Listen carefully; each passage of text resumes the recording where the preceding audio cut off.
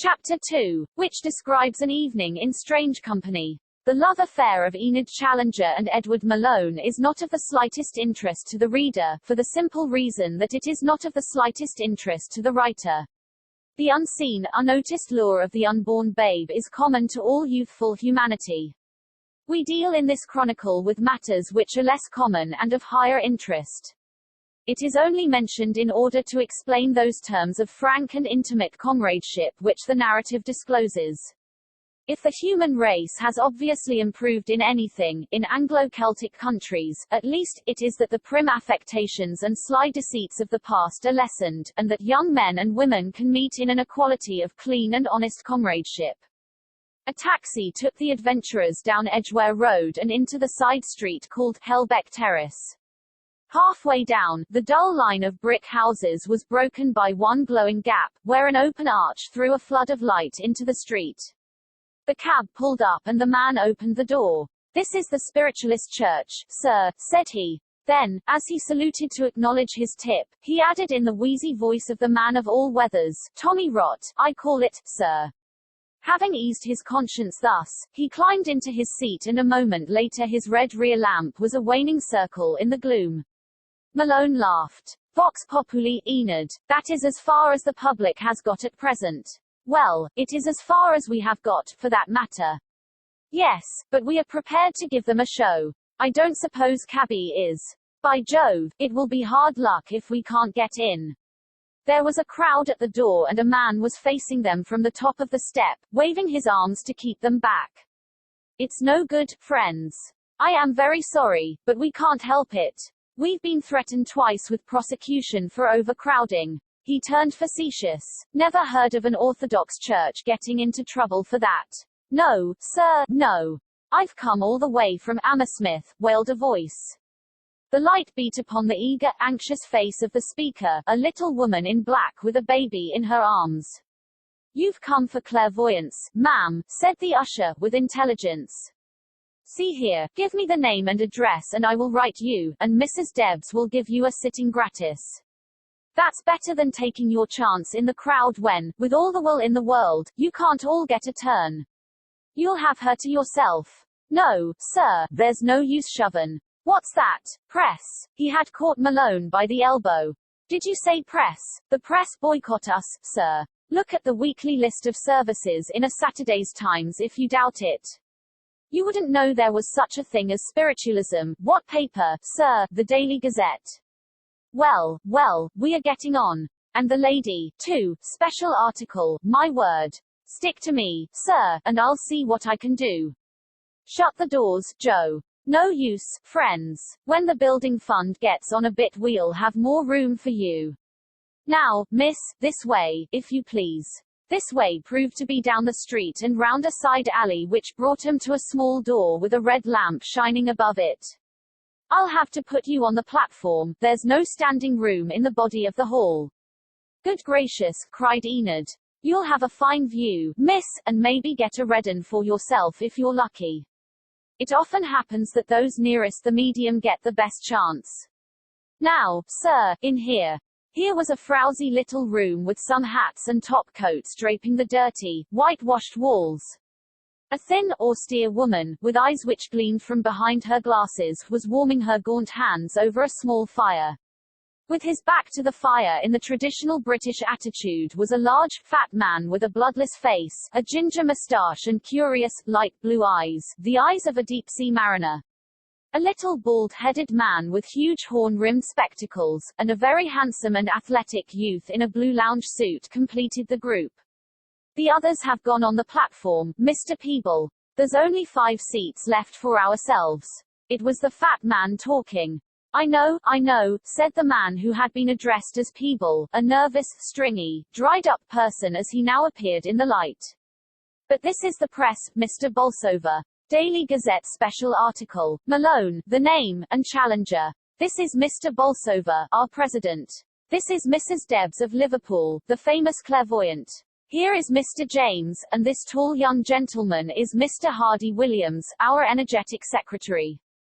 Mr. Williams is a nailer for the Building Fund. Keep your eye on your pockets if Mr. Williams is around. They all laughed. Collection comes later, said Mr. Williams, smiling. A good, rousing article is our best collection, said the stout president.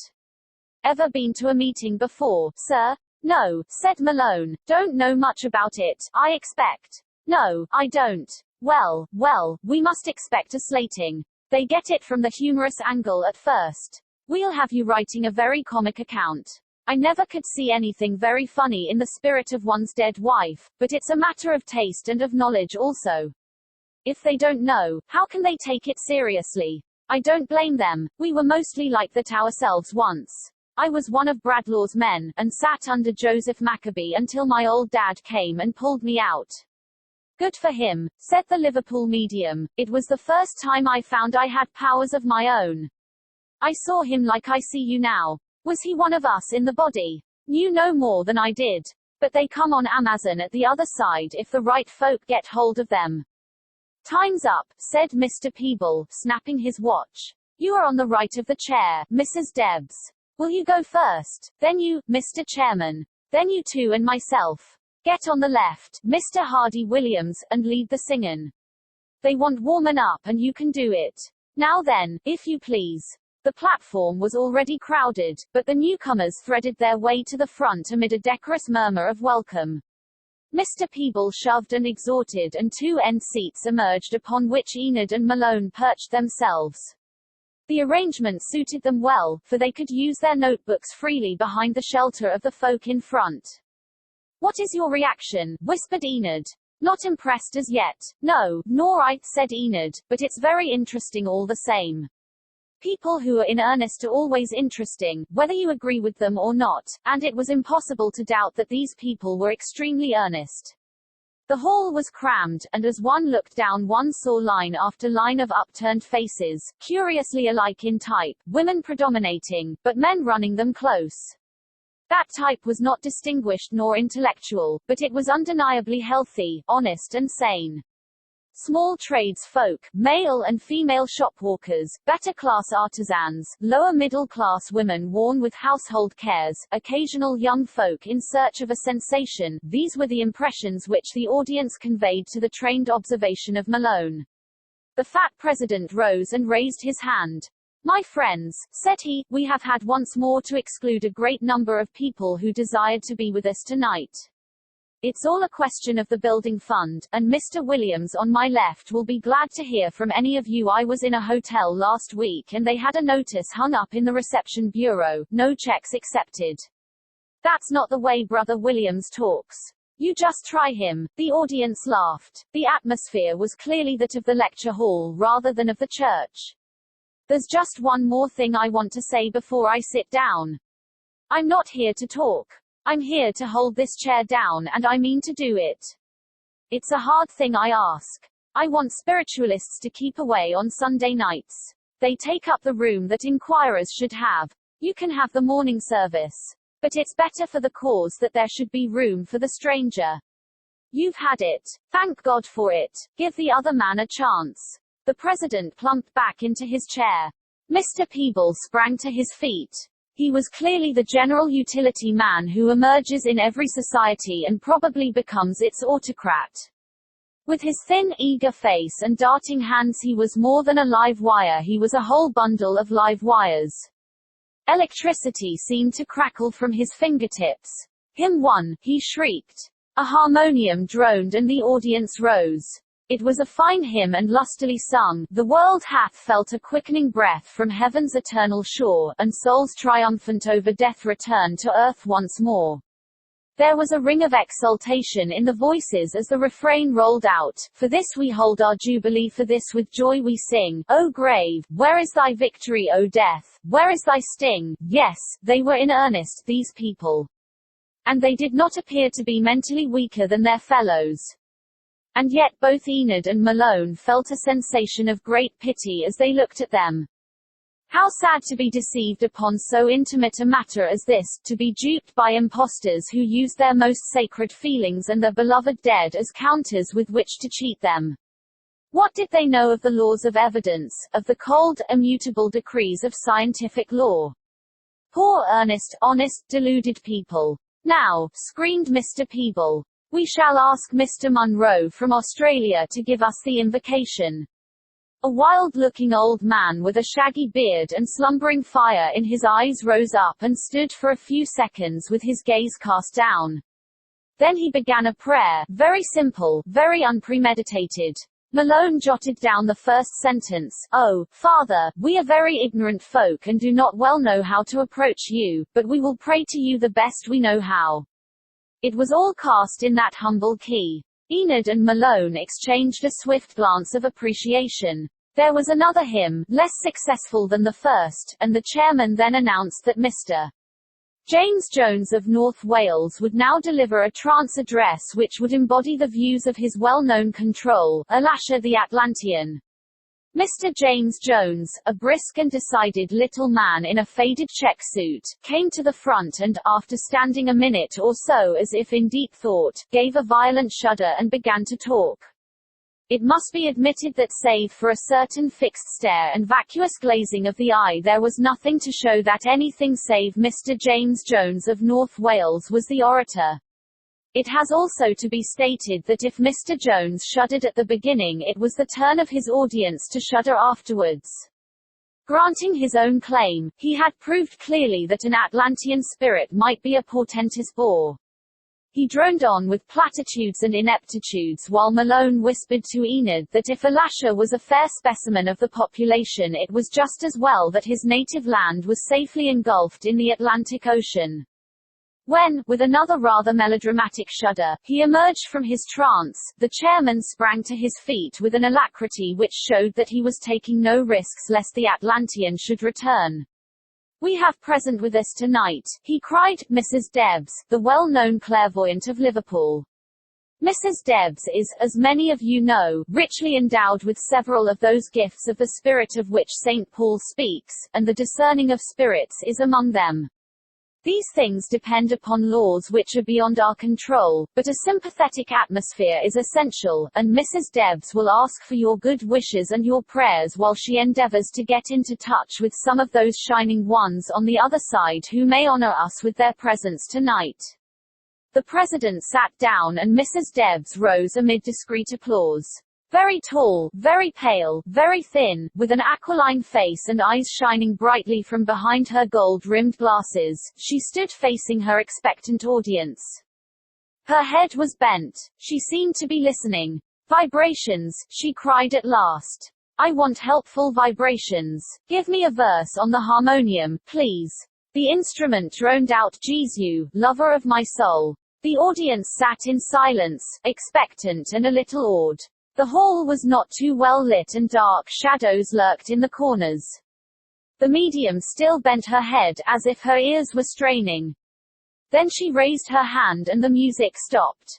Presently, all in good time," said the woman, addressing some invisible companion. Then to the audience, "I don't feel that the conditions are very good tonight.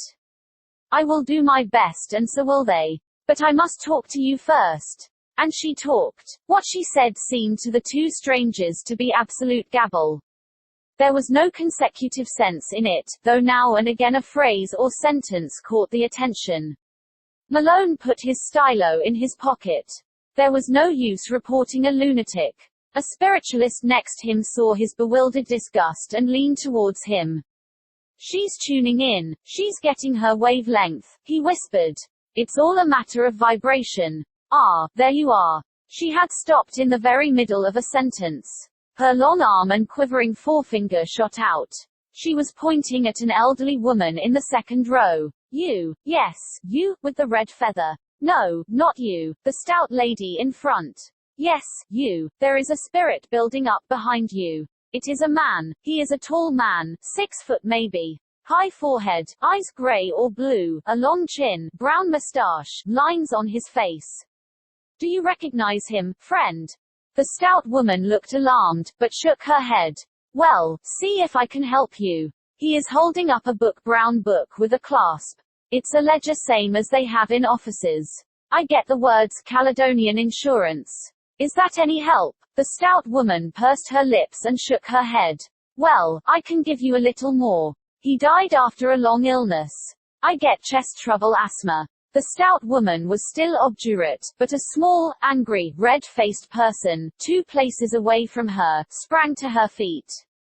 "It's my U.S. band, ma'am. Tell him I don't want to avenue any more dealings with him." She sat down with decision. "Yes, that's right. He moves to you now." He was nearer the other. "He wants to say he's sorry. It doesn't do, you know, to have hard feelings to the dead. Forgive and forget. It's all over. I get a message for you. It is, do it and my blessing go with you. Does that mean anything to you?" The angry woman looked pleased and nodded. "Very good." The clairvoyant suddenly darted out her finger towards the crowd at the door. "It's for the soldier." A soldier in khaki, looking very much amazed, was in the front of the knot of people. "What's for me?" he asked. "It's a soldier. He has a corporal's stripes. He is a big man with grizzled hair. He has a yellow tab on his shoulders. I get the initials J.H. Do you know him?" "Yes, but he's dead," said the soldier. He had not understood that it was a spiritualistic church, and the whole proceedings had been a mystery to him. They were rapidly explained by his neighbors. "My God!" cried the soldier, and vanished amid a general titter. In the pause Malone could hear the constant mutter of the medium as she spoke to someone unseen. "Yes, yes, wait your turn. Speak up, woman. Well, take your place near him. How should I know? Well, I will if I can." She was like a janitor at the theater marshalling a queue. Her next attempt was a total failure. A solid man with bushy side whiskers absolutely refused to have anything to do with an elderly gentleman who claimed kinship. The medium worked with admirable patience, coming back again and again with some fresh detail, but no progress could be made. "Are you a spiritualist, friend?" "Yes, for 10 years. Well, you know there are difficulties." "Yes, I know that. Think it over. It may come to you later. We must just leave it at that. I am only sorry for your friend." There was a pause during which Enid and Malone exchanged whispered confidences. "What do you make of it, Enid?" "I don't know. It confuses me. I believe it is half guesswork and the other half a case of Confederates. These people are all of the same church, and naturally they know each other's affairs. If they don't know they can inquire. Someone said it was Mrs. Deb's first visit. Yes, but they could easily coach her up. It is all clever quackery and bluff. It must be, for just think what is implied if it is not. Telepathy, perhaps. Yes, some element of that also. Listen, she is off again." Her next attempt was more fortunate. A lugubrious man at the back of the hall readily recognized the description and claims of his deceased wife. "I get the name Walter." "Yes, that's me. She called you what?" "No, well, she calls you what now. Tell what to give my love to the children. That's how I get it. She is worrying about the children. She always did. Well, they don't change. Furniture. Something about furniture. She says you gave it away. Is that right? Well, I might as well." The audience tittered. It was strange how the most solemn and comic were eternally blended, strange and yet very natural and human. "She has a message. The man will pay up and all will be well. Be a good man, what, and we will be happier here than ever we were on earth." The man put his hand over his eyes. As the seeress stood irresolute, the tall young secretary half rose and whispered something in her ear. The woman shot a swift glance over her left shoulder in the direction of the visitors. "I'll come back to it," said she. She gave 2 more descriptions to the audience, both of them rather vague, and both recognized with some reservations. It was a curious fact that her details were such as she could not possibly see at the distance. Thus, dealing with a form which she claimed had built up at the far end of the hall, she could nonetheless give the color of the eyes and small points of the face. Malone noted the point as one which he could use for destructive criticism. He was just jotting it down when the woman's voice sounded louder and, looking up, he found that she had turned her head and her spectacles were flashing in his direction. "It is not often I give a reading from the platform," said she, her face rotating between him and the audience, "but we have friends here tonight, and it may interest them to come in contact with the spirit people. There is a presence building up behind the gentleman with a moustache, the gentleman who sits next to the young lady. Yes, sir, behind you. He is a man of middle size, rather inclined to shortness. He is old, over 60, with white hair, curved nose and a white, small beard of the variety that is called goatee. He is no relation, I gather, but a friend. Does that suggest anyone to you, sir? Malone shook his head with some contempt. It would nearly fit any old man, he whispered to Enid. We will try to get a little closer. He has deep lines on his face.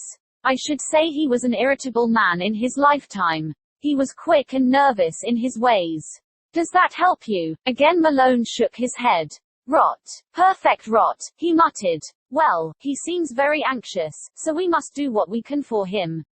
He holds up a book. It is a learned book.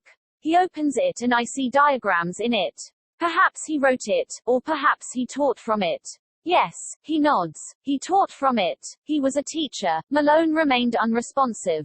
I don't know that I can help him anymore. Ah, there is one thing. He has a mole over his right eyebrow. Malone started as if he had been stung. One mole, he cried. The spectacles flashed round again. Two moles, one large, one small. My God, gasped Malone. It's Professor Summerlee. Ah, you've got it. There's a message, greetings to old. It's a long name and begins with AC, I can't get it. Does it mean anything? Yes. In an instant she had turned and was describing something or someone else. But she had left a badly shaken man upon the platform behind her. It was at this point that the orderly service had a remarkable interruption which surprised the audience as much as it did the two visitors. This was the sudden appearance beside the chairman of a tall, pale-faced bearded man dressed like a superior artisan, who held up his hand with a quietly impressive gesture as one who was accustomed to exert authority. He then half-turned and said a word to Mr. Bolsover. This is Mr. Miramar of Dalston, said the chairman. Mr. Miramar has a message to deliver. We are always glad to hear from Mr. Miramar. The reporters could only get a half view of the newcomer's face, but both of them were struck by his noble bearing and by the massive outline of his head which promised very unusual intellectual power. His voice when he spoke rang clearly and pleasantly through the hall. I have been ordered to give the message wherever I think that there are ears to hear it. There are some here who are ready for it, and that is why I have come. They wish that the human race should gradually understand the situation so that there shall be the less shock or panic. I am one of several who are chosen to carry the news. A lunatic, I'm afraid, whispered Malone, scribbling hard upon his knee. There was a general inclination to smile among the audience. And yet there was something in the man's manner and voice which made them hang on every word. Things have now reached a climax. The very idea of progress has been made material. It is progress to go swiftly, to send swift messages, to build new machinery. All this is a diversion of real ambition. There is only one real progress, spiritual progress. Mankind gives it a lip tribute but presses on upon its false road of material science. The Central Intelligence recognized that amid all the apathy there was also much honest doubt which had outgrown old creeds and had a right to fresh evidence. Therefore fresh evidence was sent, evidence which made the life after death as clear as the sun in the heavens. It was laughed at by scientists, condemned by the churches, became the butt of the newspapers, and was discarded with contempt. That was the last and greatest blunder of humanity. The audience had their chins up now. General speculations were beyond their mental horizon. But this was very clear to their comprehension. There was a murmur of sympathy and applause. The thing was now hopeless. It had got beyond all control. Therefore something sterner was needed since heaven's gift had been disregarded. The blow fell. 10 million young men were laid dead upon the ground. Twice as many were mutilated. That was God's first warning to mankind. But it was vain. The same dull materialism prevailed as before. Years of grace were given, and save the stirrings of the Spirit seen in such churches as these, no change was anywhere to be seen. The nations heaped up fresh loads of sin, and sin must ever be atoned for. Russia became a cesspool. Germany was unrepentant of her terrible materialism, which had been the prime cause of the war.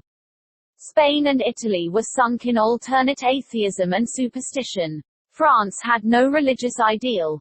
Britain was confused and distracted, full of wooden sects which had nothing of life in them. America had abused her glorious opportunities and, instead of being the loving younger brother to a stricken Europe, she held up all economic reconstruction by her money claims. She dishonored the signature of her own president, and she refused to join that League of Peace which was the one hope of the future. All have sinned, but some more than others, and their punishment will be in exact proportion. And that punishment soon comes. These are the exact words I have been asked to give you. I read them lest I should in any way garble them. He took a slip of paper from his pocket and read, "What we want is, not that folk should be frightened, but that they should begin to change themselves, to develop themselves on more spiritual lines. We are not trying to make people nervous, but to prepare while there is yet time. The world cannot go on as it has done. It would destroy itself if it did. Above all, we must sweep away the dark cloud of theology which has come between mankind and God."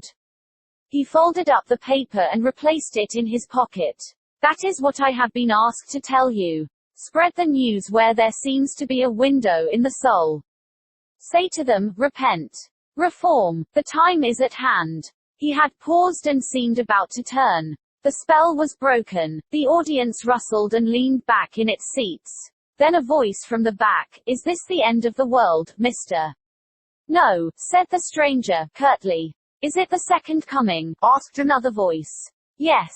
With quick light steps he threaded his way among the chairs on the platform and stood near the door. When Malone next looked round he was gone. "He is one of these second-coming fanatics," he whispered to Enid. "There are a lot of them, Christadelphians, Russellites, Bible students and what not. But he was impressive, very," said Enid. "We have, I am sure, been very interested in what our friend has told us," said the chairman. "Mr. Miramar is in hearty sympathy with our movement even though he cannot be said actually to belong to it. I am sure he is always welcome upon our platforms. As to his prophecy, it seems to me the world has had enough trouble without our anticipating any more. If it is as our friend says, we can't do much to mend the matter. We can only go about our daily jobs, do them as well as we can, and await the event in full confidence of help from above. If it's the day of judgment tomorrow," he added, smiling, "I mean to look after my provision store at Hammersmith today." We shall now continue with the service. There was a vigorous appeal for money and a great deal about the building fund from the young secretary. "It's a shame to think that there are more left in the street than in the building on a Sunday night. We all give our services. No one takes a penny. Mrs. Debs is here for her bare expenses. But we want another £1,000 before we can start. There is one brother here who mortgaged his house to help us. That's the spirit that wins. Now let us see what you can do for us tonight." A dozen soup plates circulated, and a hymn was sung to the accompaniment of much chinking of coin. Enid and Malone conversed in undertones. "Professor Summerlee died, you know, at Naples last year." "Yes, I remember him well. And old C. was, of course, your father. It was really remarkable. Poor old Summerlee. He thought survival was an absurdity. And here he is, or here he seems to be." The soup plates returned. It was mostly brown soup, unhappily, and they were deposited on the table where the eager eye of the secretary appraised their value. Then the little shaggy man from Australia gave a benediction in the same simple fashion as the opening prayer. It needed no apostolic succession or laying on of hands to make one feel that his words were from a human heart and might well go straight to a divine one. Then the audience rose and sang their final farewell hymn, a hymn with a haunting tune and a sad, sweet refrain of "God keep you safely till we meet once more." Enid was surprised to feel the tears running down her cheeks. These earnest, simple folks with their direct methods had wrought upon her more than all the gorgeous service and rolling music of the cathedral. Mr. Bolsover, the stout president, was in the waiting room and so was Mrs. Debs. "Well, I expect you are going to let us have it," he laughed. "We are used to it, Mr. Malone. We don't mind, but you will see the turn someday. These articles may rise up in judgment. I will treat it fairly, I assure you. Well, we ask no more." The medium was leaning with her elbow on the mantelpiece, austere and aloof. "I am afraid you are tired," said Enid. "No, young lady, I am never tired in doing the work of the spirit people. They see to that. May I ask," Malone ventured, "whether you ever knew Professor Summerlee?" The medium shook her head. "No, sir, no. They always think I know them. I know none of them. They come and I describe them. How do you get the message? Clairaudient. I hear it. I hear them all the time. The poor things all want to come through and they pluck at me and pull me and pester me on the platform. Me next, meet me. That's what I hear. I do my best, but I can't handle them all." "Can you tell me anything of that prophetic person?" asked Malone of the chairman. Mr. Bolsover shrugged his shoulders with a deprecating smile. "He is an independent. We see him now and again as a sort of comet passing across us. By the way, it comes back to me that he prophesied the war. I'm a practical man myself. Sufficient for the day is the evil thereof. We get plenty in ready cash without any bills for the future. Well, good night. Treat us as well as you can." "Good night," said Enid. "Good night," said Mrs. Debs. "By the way, young lady, you are a medium yourself. Good night." And so they found themselves in the street once more inhaling long draughts of the night air. It was sweet after that crowded hall. A minute later they were in the rush of the Edgware Road and Malone had hailed a cab to carry them back to Victoria Gardens.